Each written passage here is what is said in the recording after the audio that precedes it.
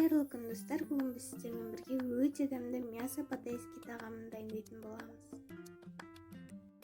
Ең бірінші етімізді дөңгелектеп кесіп, содан кейін жіңішкелетіп, ұзынырақ қылдыртып кесіп аламыз. Міне біз кесіп дайындап алдық. Ендігі кезекте күрішімізді алып, оған су құйып, содан кейін май құйып пісіретін боламыз. Міне біз пісіріп алдық. Енді күрішімізді суытып қоямыз. Ендігі кезекте қызып тұрған ыдысымызға майымызды құйып, етімізді қуырамыз. Етімізді салып болғаннан кейін араластырамыз. Етімізді майда қуырып, кішкене қойып қоямыз. Кішкенеден кейін осындай көпіріктер шыға бастайды. Көпіріктері кеткеннен кейін, міне осылай кетеді. Кеткеннен кейін бір шай қасықпен уксус қосамыз. Араластырамыз. Ендігі кезекте жуйсин тұзын алып, бір ас қасық қосамыз. Араластырамыз. Ендігі кезекте соевый соусты алып, 2 ас қасық қосамыз.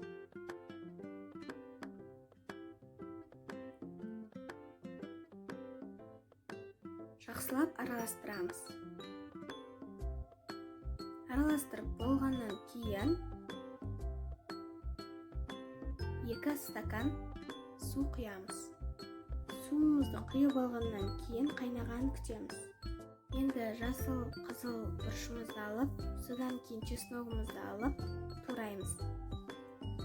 Қызыл және жасыл бұрышымызды дөңгелектеп, содан кейін кішіректеу қылдыртып тураймыз. Міне біз турап алдық. Ендігі кезекте пиязымызды видеода көрсетілгенде қылдыртып тураймыз.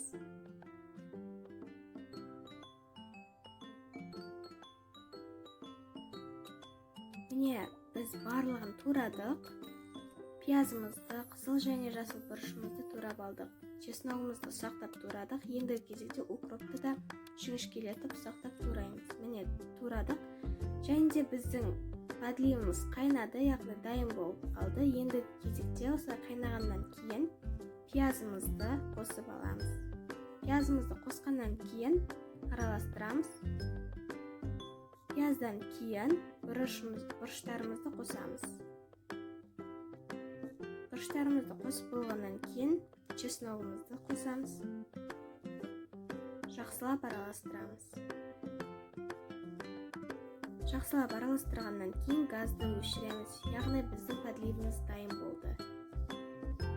Енді күрішімізді салып, оған подливымызды салып, үстіне укроп себеміз.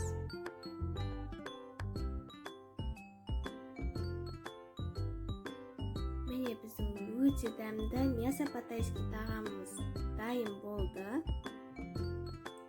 Өте дәмді болды. Егер бұл видео сіздерге ұнаса, лайк басып, комментарий қалдырып, подписаться етуді ұмытпаймыз. Астарыңыз дәмді болсын.